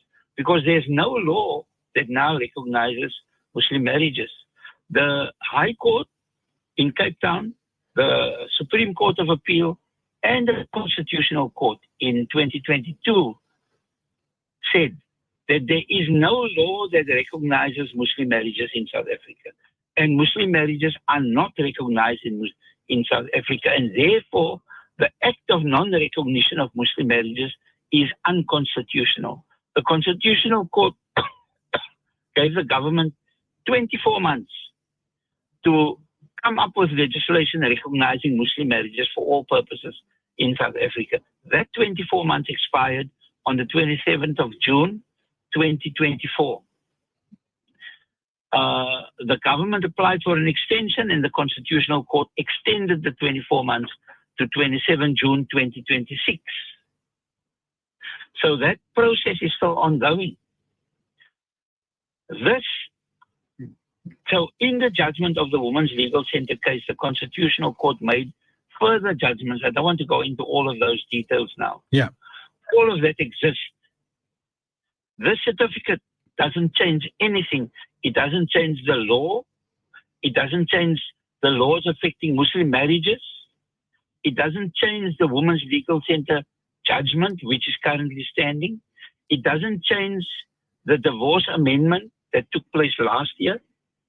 It doesn't change anything. In fact, it is very difficult to see what the Minister of Home Affairs did with the certificate. It is almost impossible to see. In fact, my reading of the registration requirements of the Marriage Act and of the Civil Union Act and of the Customary Marriages Act, because those are the three laws that currently govern all marriages in South Africa. There's no other law that govern marriages in South Africa.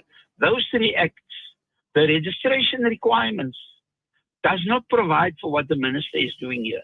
Therefore, what the minister is doing here is not in accordance with the law and is not in accordance with the registration requirements of marriages. Mm-hmm. So I don't know what they are doing.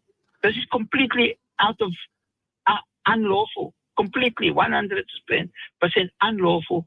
But the most important thing, it does not take Muslims any further than where we were before last week.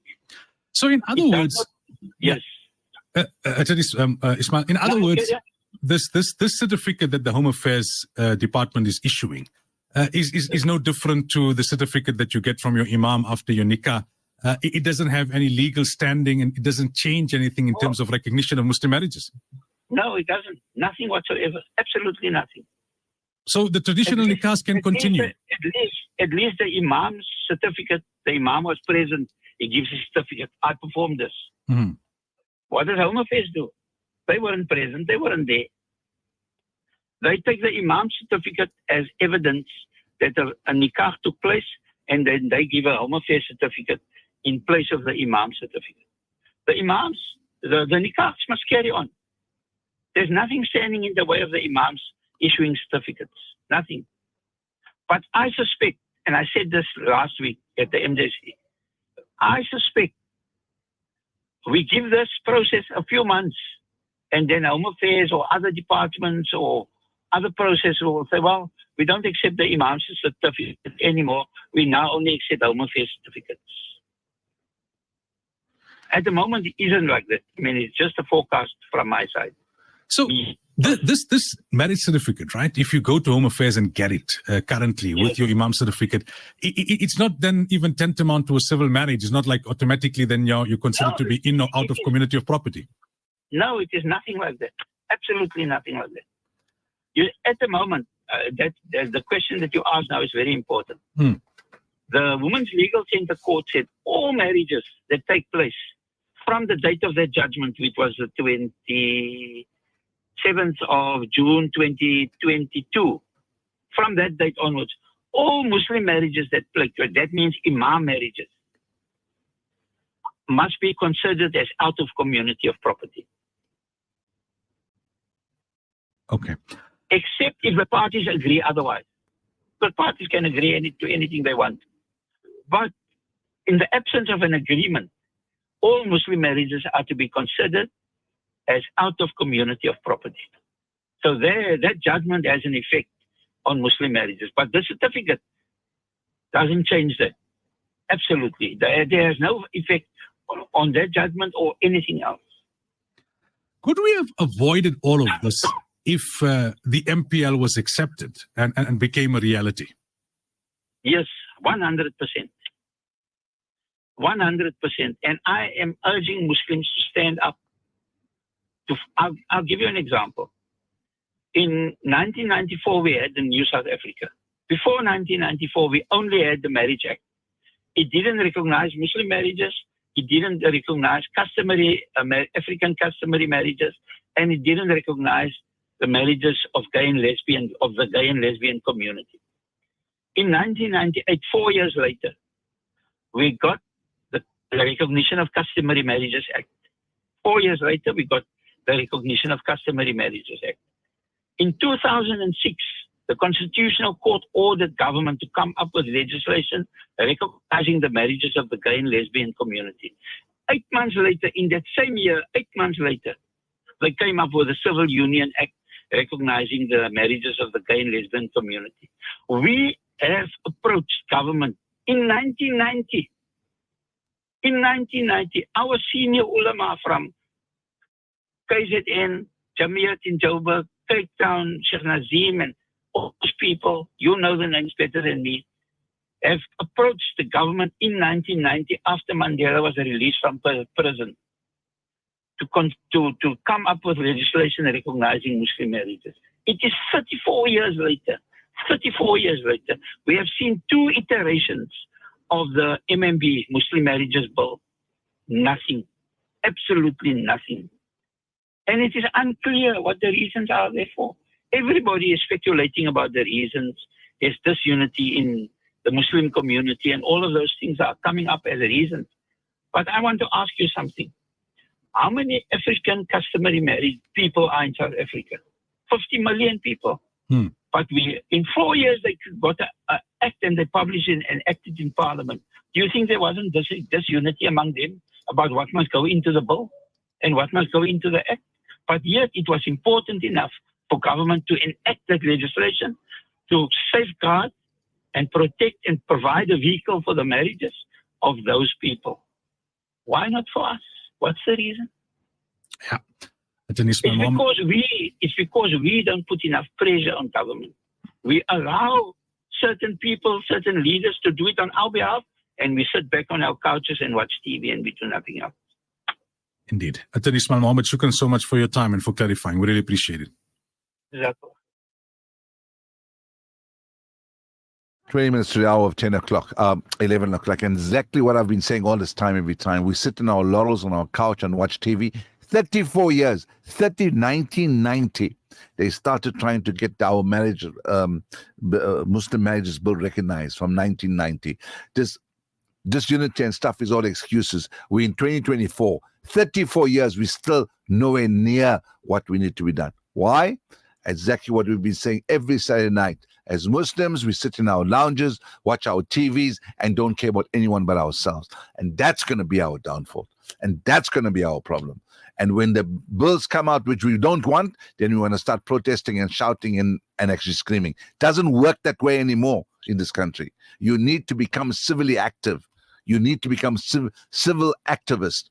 Why does it take? I mean, he's absolutely correct. I mean, how many different cultures are there in the black community? And they got different cultures, different marriages. Took them 4 years. Their marriages are actually recognized. LGBTQ, 4 years, and it's recognized. 34 years, and we're still fighting. Nothing happens. Hey? Nothing happens. Then you want to buy why they pick on us and the Islamophobia and the anti-Islamic, because we are couch potatoes. We're not active enough. We expect other people to do it, imams to do it, and leaders to do it. They'll represent us. So why must you get involved? But a lot of issues and problems that we have in our community are because we either do not voice our opinion, we do not become proactive. And because we don't wake up. And also we don't have unity. We focus on all our differences and, we carry on like there's no tomorrow and, it doesn't affect us. And then when these things happen, then we wonder why. I think I got a message from Frank there. You know, we haven't heard from Scully. Scully must be sleeping. Even Mani Governor, if you remember, for some time. Even Manu Governor haven't spoken to us. Most of the indigenous peoples do not recognize colonial laws because they had their own traditional law and ways of settling disputes before the colonialists and others arrived in this country. Hundreds, Frank, we agree with you 100%. It is now nearly 11:15. We're going to go on to, you listen to Maulana Ravat's voice again as we focus on 2 episodes of Jinn and Jadoo. What's the episode number, the doc? Can't remember. Okay. الله عليك كثير فاشكره في كل حين Take it away. فبحر وجوده كبير وقل سبحان الله وإن ضاقت بك الحيل وتقطعت بك السبل فحبل الله موصول فخليها على الله إن كان الهم عليك ثقيل نادي بضيق كبير نادي الله فالله يجيب من دعاه نادي الله الله الله الله نادي الله إن كان الهم عليك ثقيل نادي الله وأحسست بضيق كبير نادي فالله يجيب من دعاه نادي الله الله الله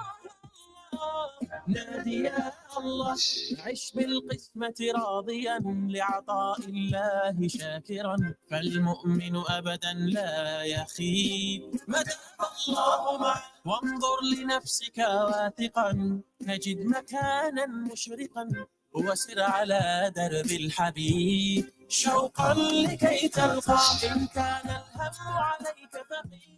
Welcome back. It's 10:45 and you're listening to the program called Niteline. We're just in the last segment of the program. We started off by Mahomed Variawa ranting about the taxi problem and the taxi issues. In fact, I think we received a message from Aisha related to that. She goes on to say the taxi operators are a law upon themselves. They control the government.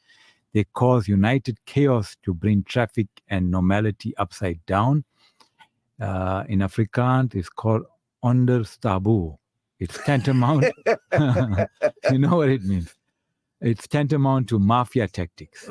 Once at the robot, a taxi guy cut to block me turning left. I indicated to him to allow me my right of way from the open window. He showed me a cutthroat sign. They are dangerous. We have to overlook them and their blatant violations to be safe. Otherwise, it's skop, skit, and donder. Never heard that word long time, Brother Mohammed. What? Skop, skit, and donder? Yeah. Nice. She's sharp. Aisha is very, very sharp. I must tell you that. She's sharp. She's a intellectual. Great intellectual.